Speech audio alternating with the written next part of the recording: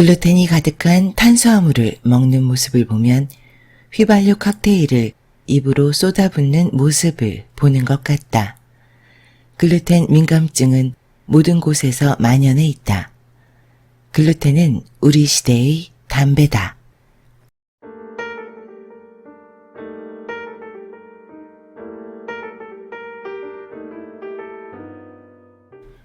건강한 지식을 함께하는 세이버스입니다. 오늘 읽어드릴 책은 브레인 브레인, 저자 데이비드 펄머터가 쓰고 지식 너머에서 편했습니다. 부제는 탄수화물이 뇌에 미치는 파괴적인 영향입니다. 저자는 이 책을 통해 탄수화물이 어떤 과정을 통해 뇌에 악영향을 미치는지에 대해 자세히 밝히고 있습니다. 사람들이 흔히 몸에 좋은 탄수화물로 알고 있는 통곡물마저도 치매, ADHD, 간질, 만성두통, 우울증, 성욕 저하를 비롯해 매우 많은 질환을 유발하고 있다고 합니다. 브레인 브레인은 뇌 건강을 좌지우지하는 것은 유전자가 아니라 우리가 먹는 음식에 있다고 경고하고 있습니다. 대부분의 사람들이 통곡물, 과일 등을 좋은 탄수화물로 오해하고 있습니다. 반면 지방은 건강이나 다이어트의 적으로 보는 실수를 저지르고 있습니다. 저자는 우리가 매일 먹는 밥, 빵, 과일과 같은 음식이 뇌에 어떤 영향을 미치는지 증명하고 있습니다. 또한 좋은 지방이 왜 이상적인 식단인지, 그리고 새로운 뇌세포의 성장을 촉진할 수 있는지에 대해서도 설명하고 있습니다. 저자 소개, 데이비드 펄머터, 신경의학 전문의이자 미국 영양학회 회원이다. 하버드대학교, 예일대학교, 컬럼비아대학교, 월드뱅크 기관이 후원하는 심포지엄에서 강연을 했다. 마이애미 대학교 밀러의대에서 부교수로 일한다.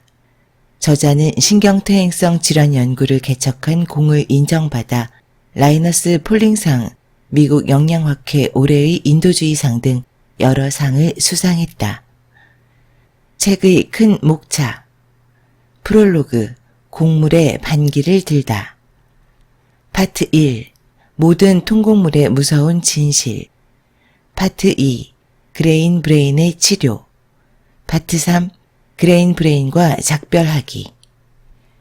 지금부터 책을 발췌해서 읽어드리겠습니다. 참고로 그레인의 뜻은 곡물입니다. 오늘은 이 책의 1장을 중심으로 읽어드리겠습니다. 뇌 질환의 시초, 염증이 바로 범인이다. 수만 년 전 구석기 시대로 시간을 거슬러 올라가 동굴에 살면서 대초원을 이리저리 배회하던 초기 인류를 만났다고 상상해보자.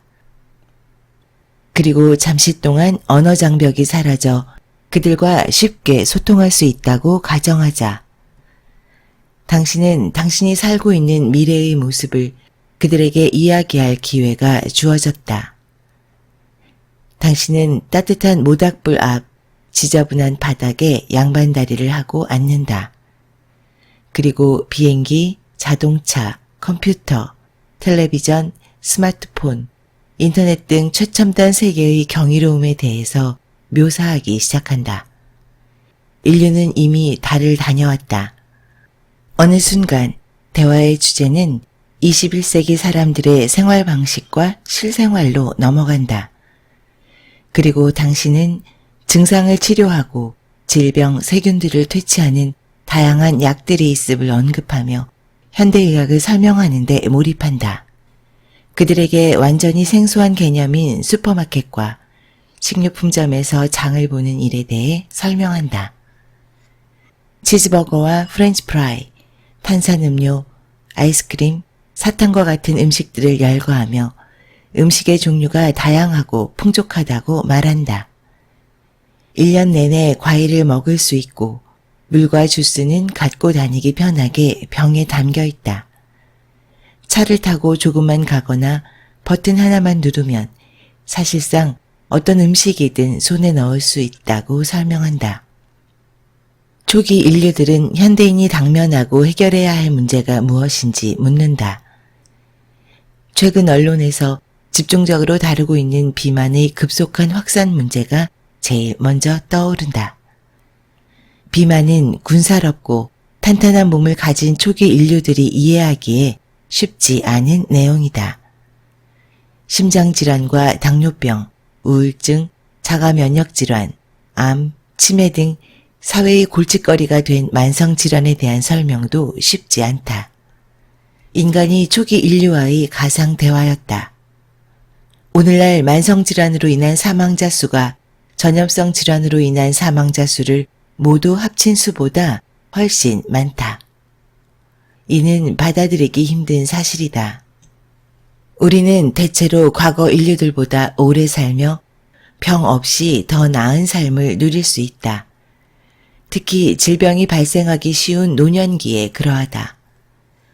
우리가 과거 인류들보다 더 오래 사는 건 사실이지만 이는 대부분 생후 1년 미만의 영아 사망률이 낮은 것과 소아보건이 개선된 것에 기인한다. 우리는 유아 아동기의 질병, 사고에는 더 잘 살아남았다.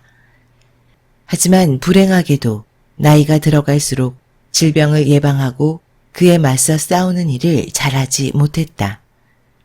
수많은 질병을 치료할 수 있는 효과적인 치료법이 있다고 주장할 수 있지만 수백만의 인류가 피할 수 있었던 질병으로 고통을 받고 있다. 사람들의 높아진 기대 수명에 박수갈채를 보내는 지금, 질병으로 고통스럽게 삶을 이어가는 이들의 삶의 문제를 간과해서는 안 된다. 수십 년 전 의대에 다닐 때 나는 질병을 진단하고 치료하거나 경우에 따라 약이나 다른 요법으로 치유하는 방법을 배웠다. 증상들을 이해하고 이러한 증상들의 적합한 해결책을 찾는 법을 배웠다. 그 후로 많은 것들이 변했다. 손쉽게 치료할 수 있는 질병과 마주할 가능성이 더 적어졌다. 염증이라는 공통분모의 렌즈를 통해야만 현대의 수많은 만성질환들을 더 잘 이해할 수 있다. 그래서 의사들은 명쾌한 답이 없는 증상들을 무수히 대면하고 있다. 나는 어떤 이의 암을 치료하거나 원인을 알 수 없는 통증을 억제하고 당뇨병을 즉시 정상으로 만들 수 없다. 알츠하이머로 기억이 사라져버린 뇌를 원래대로 되돌려 놓을 수 없다. 분명히 증상을 억제, 완화하거나 몸의 반응을 해결하려고 노력할 수는 있지만 그것은 질병을 근본적으로 치료하는 것과는 매우 다르다. 뇌질환의 주요 원인은 대부분 음식이다. 뇌질환의 발생과 진행을 돕는 몇몇 요인들이 있지만 대단히 많은 뇌질환들이 탄수화물을 너무 많이 먹고 건강한 지방을 너무 적게 먹는 실수에서 비롯된다. 이러한 진실을 이해하는 가장 좋은 방법은 가장 두려운 신경질환인 알츠하이머에 대해 살펴보면 된다. 주요 발병 원인이 음식인 당뇨병과 같은 맥락에서 보는 것이다. 우리는 형편없는 식단이 비만과 당뇨병을 유발할 수 있다고 알고 있다. 그렇다면 고장난 뇌는 어떨까? 알츠하이머병, 제3의 당뇨병? 수렵 채집 시대로 다시 돌아가 보자. 그들의 뇌는 우리의 뇌와 크게 다르지 않다. 또한 그들과 우리 모두 지방과 설탕이 많이 든 음식을 원하도록 진화되었다. 결국 이는 생존 기제다. 문제는 식량 자원이 풍부한 시대에 사는 우리는 수렵 욕구가 금세 사라져버렸다. 가공한 지방과 당류를 접할 가능성이 더 높다는 것이다. 우리와 닮은 초기 인류는 오랜 시간 먹을거리를 찾아다녔다. 그 결과 동물의 지방과 제철 식물과 산딸기류의 천연 당분을 얻었다. 이 때문에 우리의 뇌는 그들의 뇌와 유사하게 작동할 수 있지만 영양 공급원은 결코 유사하지 않다. 그렇다면 식습관이 신경장애나 질환에 정확히 어떠한 영향을 미칠까? 알츠하이머병을 제3의 당뇨병이라고 설명하는 연구는 2005년에 나오기 시작했지만 부실한 식단과 알츠하이머병의 연관성은 최근 들어 새로운 연구에서 밝혀졌다. 이러한 연구는 소름 끼치면서도 식단을 바꾸는 것만으로 알츠하이머병을 예방할 수 있다는 점에서 우리에게 자율성을 부여한다. 이러한 생각은 다른 뇌 질환들을 예방하는 일에도 많은 영향을 끼친다. 우선 당뇨병과 뇌의 공통점을 간략히 알아보자. 진화론적으로 인체는 음식이라는 연료를 세포가 사용할 에너지로 바꾸는 방법을 고안해냈다. 지금껏 포도당은 거의 대부분의 인류에게 부족했다. 그래서 인체는 포도당을 저장하고 다른 성분을 포도당으로 전환하는 방법을 고안했다. 인체는 필요할 때 포도당 신생합성이라는 과정을 통해 지방이나 단백질을 포도당으로 만들 수 있다. 하지만 이 과정은 전분과 설탕을 포도당으로 변환하는 단순한 반응보다 더 많은 에너지가 필요하다. 세포가 포도당을 흡수하고 활용하는 과정은 정교하다. 세포는 혈류 안에 돌아다니는 포도당을 단순히 빨아들이지 않는다. 생명 유지에 필수적인 포도당은 췌장에서 만들어진 인슐린 호르몬을 통해 세포 안으로 들어간다. 이미 알다시피 인슐린은 세포 대사에서 가장 중요한 생리물질 중 하나로 혈액 속에 흐르는 포도당을 근육, 지방, 간세포로 운반하는 일을 한다. 도착한 곳에서 포도당은 연료로 쓰일 수 있다. 정상적이고 건강한 세포는 인슐린에 매우 민감하다. 그러나 높은 수치의 인슐린에 세포가 반응하기 위해서 세포 표면 수용체의 수를 줄이는 방식으로 적응한다. 다시 말해 세포가 인슐린에 둔감해져 인슐린 저항증이 생기는 것이다. 이에 세포가 인슐린을 무시하게 되어 혈액 속의 포도당을 얻지 못한다.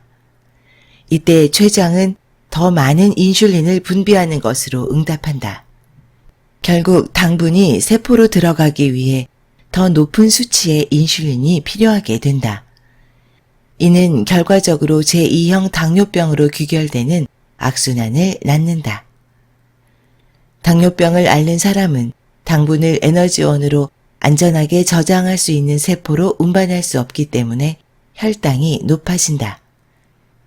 그리고 혈액 속에서 당분은 말할 것도 없이 많은 문제를 야기한다. 마치 유리 파편처럼 유독한 당분은 실명과 감염, 신경손상, 심장질환, 알츠하이머병으로 이어지는 수많은 손상을 가한다. 이러한 일들이 계속 일어나는 동안 온몸에는 염증이 마구 퍼진다. 또한 혈당이 잘 관리되지 않아 일어나는 사건들에서 인슐린을 공범으로 볼 수 있다. 유감스럽게도 인슐린은 포도당을 세포에 보내는 일만 하지 않는다. 인슐린은 단백동화 호르몬이다.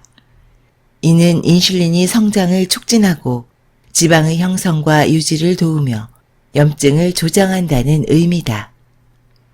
인슐린 수치가 높으면 과도한 인슐린 때문에 다른 호르몬의 양이 증가하거나 감소하면서 호르몬 균형에 악영향을 끼칠 수 있다. 이 때문에 결국 인체는 정상적인 대사를 회복하지 못해 건강하지 못하고 혼란스러운 상태가 된다. 유전학을 이용하면 누가 확실히 당뇨병에 걸릴지 뿐만 아니라 세포들이 높은 혈당을 견디다 못해 당뇨병이 시작되는 시점을 알 수 있다. 공식적으로 전체 당뇨병의 5%를 차지하는 제1형 당뇨병은 자가면역 질환으로 여겨지는 별개의 질병이다. 제1형 당뇨병 환자는 면역체계가 인슐린을 만드는 췌장의 세포들을 공격하고 파괴하는 탓에 인슐린을 거의 만들지 못한다. 그래서 혈당을 유지하기 위해서 이 인슐린 호르몬을 매일 맞아야 한다. 오랜 시간에 걸쳐 많은 포도당이 신체를 혹사시킨 뒤 성인이 되어서야 발병하는 제2형 당뇨병과는 달리 제1형 당뇨병은 일반적으로 소아 청소년기에 발병한다. 그리고 식단과 생활 방식을 바꾸면 원상태로 돌아가는 제2형 당뇨병과 다르게 제1형 당뇨병의 치료법은 없다. 유전자가 제1형 당뇨병의 발병 위험에 강하게 영향을 미치기는 하지만 환경 역시 한 몫을 할 수 있다는 점을 명심해야 한다. 제1형 당뇨병은 오래전부터 유전적 요인과 환경적 요인의 결과물이라고 알려져 왔다. 하지만 지난 수십 년 동안 계속 발병률이 증가하자 일부 연구자들이 환경적 요인이 우리가 생각하는 것보다 제1형 당뇨병의 발병에 중요할 수 있다는 연구 결과를 내놓았다. 우울한 진실. 20세 이하 인구 중 8만 6천 명 이상이 당뇨병을 앓고 있다.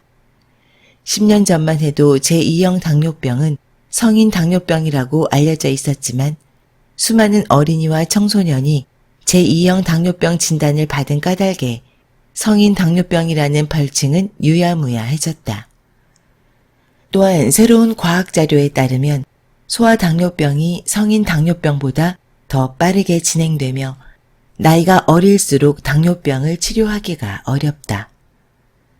우리는 이제 막 인슐린 저항증을 이해하기 시작했다. 인슐린 저항증은 알츠하이머병을 일으킬 수 있으며 병든 뇌에 자리 잡은 악명 높은 플라크의 형성을 촉발한다. 플라크는 본질적으로 뇌를 약탈해 정상적인 뇌세포의 자리를 차지하는 이상한 단백질이 쌓인 것이다. 높은 수치의 인슐린과 뇌질환이 연관된다는 사실 때문에 연구자들이 제3형 당뇨병에 관심을 갖기 시작했다. 비만인 사람은 뇌 기능이 망가질 위험이 훨씬 높다. 당뇨병에 걸린 사람은 알츠하이머병에 걸릴 가능성이 최소 2배 높다는 사실을 더욱 주목해야 한다. 이는 당뇨병이 알츠하이머병을 일으킨다는 의미가 아니라 당뇨병과 알츠하이머병의 기원이 같다는 의미다. 당뇨병과 알츠하이머병은 기능장애, 더 나아가 질병을 유발하는 생물학적 경로를 발전시키는 음식에서 비롯된다. 당뇨병에 걸린 사람과 치매에 걸린 사람은 다르게 보이고 다르게 행동하지만 그들은 생각보다 공통점이 많다. 지난 10년 동안 제2형 당뇨병의 발병률과 비만 환자의 수가 나란히 증가하였다. 그런데 지금은 알츠하이머병의 발병률과 제2형 당뇨병 환자의 수가 나란히 증가한다. 치매 환자들 역시 비슷한 양상을 보이기 시작했다. 나는 이를 임의적인 관찰이라고 생각하지 않는다. 이는 치솟는 의료비용과 노령화 사회의 짐을 짊어진 우리 모두가 직면한 현실이다. 새로운 추산에 따르면 의료체계가 무너지고 비만 유행병이 줄어들 것이라 예측되는 2050년에는 알츠하이머병 환자가 1억 명에 달한다. 미국에서 전체 당뇨병 중 90에서 95%에 이르는 제2형 당뇨병의 발생은 지난 40년간 3배 증가했다. 미국 정부는 연구자들이 예후를 향상시켜 대재앙을 막기를 간절히 기대하고 있다. 향후 40년 동안 전 세계적으로 1억 1,500만 명이 넘는 알츠하이머병 환자들이 존재하고 오늘날 달러 가치로 환산하면 1조 달러 이상의 치료 비용이 들어갈 것으로 예측된다. 저지방, 고탄수화물, 저콜레스테롤 식단의 해악. 연구자들이 뇌질환을 포함한 모든 퇴행성 질환의 근원이 염증이라고 인지한 지는 좀 되었다. 하지만 그들은 염증을 일으키는 시발점, 즉 치명적인 반응을 촉발하는 첫 단계를 아직까지 입증하지 못했다. 그들이 지금 발견하고 있는 것은 글루텐과 탄수화물이 많은 식단이 뇌의 염증 경로를 자극하는 가장 뚜렷한 자극제라는 사실이다.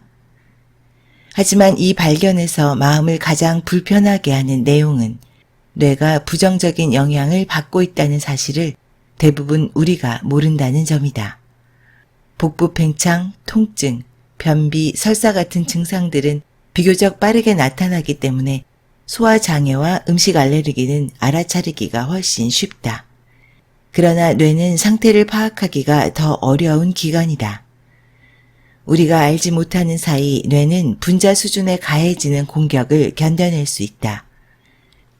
두통을 치료하거나 확실하게 드러난 신경학적 문제를 다스리는 게 아니라면 한참 후에야 뇌에서 무슨 일이 일어나고 있는지 알 수 있다.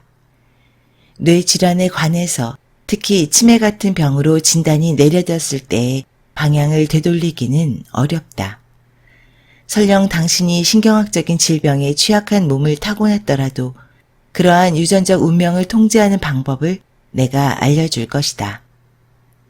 이 방법을 수용하기 위해서는 많은 사람들이 여전히 굳게 믿는 몇 가지 통념에서 벗어나야 하는데 가장 큰 두 가지 통념은 다음과 같다.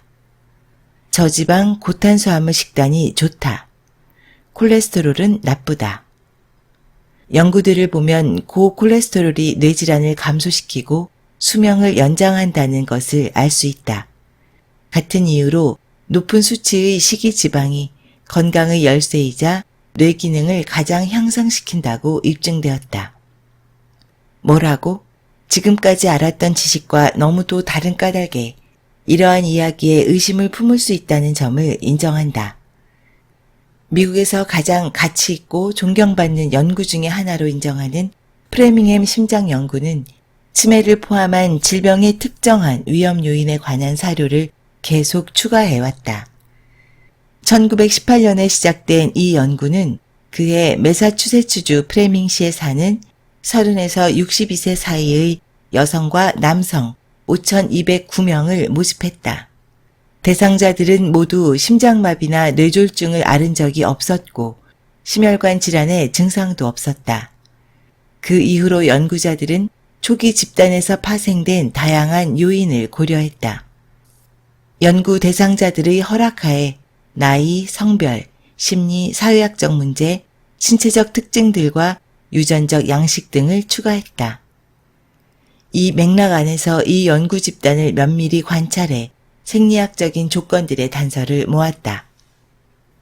연구의 보고서에 따르면 총 콜레스테롤과 언어 유창성, 주의력, 집중력, 추상적인 추론 영역을 측정한 종합 점수 사이에 의미 있는 연관성이 있었다.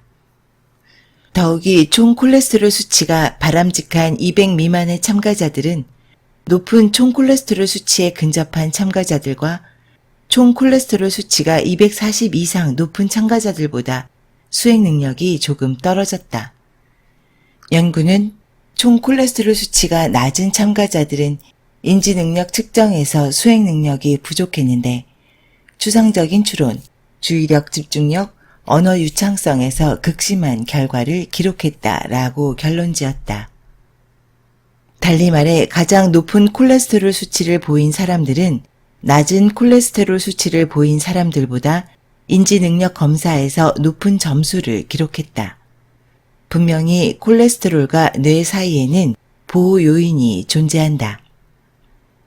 전 세계의 다양한 연구실에서 사회 통념을 근본적으로 뒤집는 자료들이 계속 나오고 있다. 내가 이 책을 쓰는 중에 캔버라에 있는 호주 국립대학교의 연구자들이 신경학 저널에 혈당 수치가 정상 범위의 최상위에 있는 사람들은 뇌수축의 위험이 엄청나게 높다는 연구 자료를 발표했다. 이 연구는 제3형 당뇨병과 직결된다. 우리는 오랫동안 뇌질환과 치매는 뇌수축이 원인이라고 알고 있었다. 하지만 혈당 수치가 정상 범위 안에서 급등한 결과 뇌수축이 일어날 수 있다는 사실은 혈당을 높이는 음식, 즉 탄수화물을 섭취하는 사람에게 굉장한 의미를 지닌다. 그렇기 때문에 아침 식사를 하기 전에 제일 먼저 공복 인슐린 수치를 측정하는 일이 매우 중요하다. 이 시간에 인슐린 수치가 높다면 대사 과정에 이상이 있다는 위험 신호다. 이미 뇌기능이 저하되어 당뇨병에 걸리기 직전일 수 있다. 혈당과 인슐린 불균형은 급속히 확산되고 있다. 향후 10년 안에 미국인 2명 중 1명은 과체중에 따른 당뇨병으로 고통받게 될 것이다. 과체중에 따른 당뇨병이라는 용어는 현재 가벼운 인슐린 저항에서부터 전당뇨병, 완전히 진행된 당뇨병에 이르는 대사 불균형의 범위를 설명하는 데 사용된다.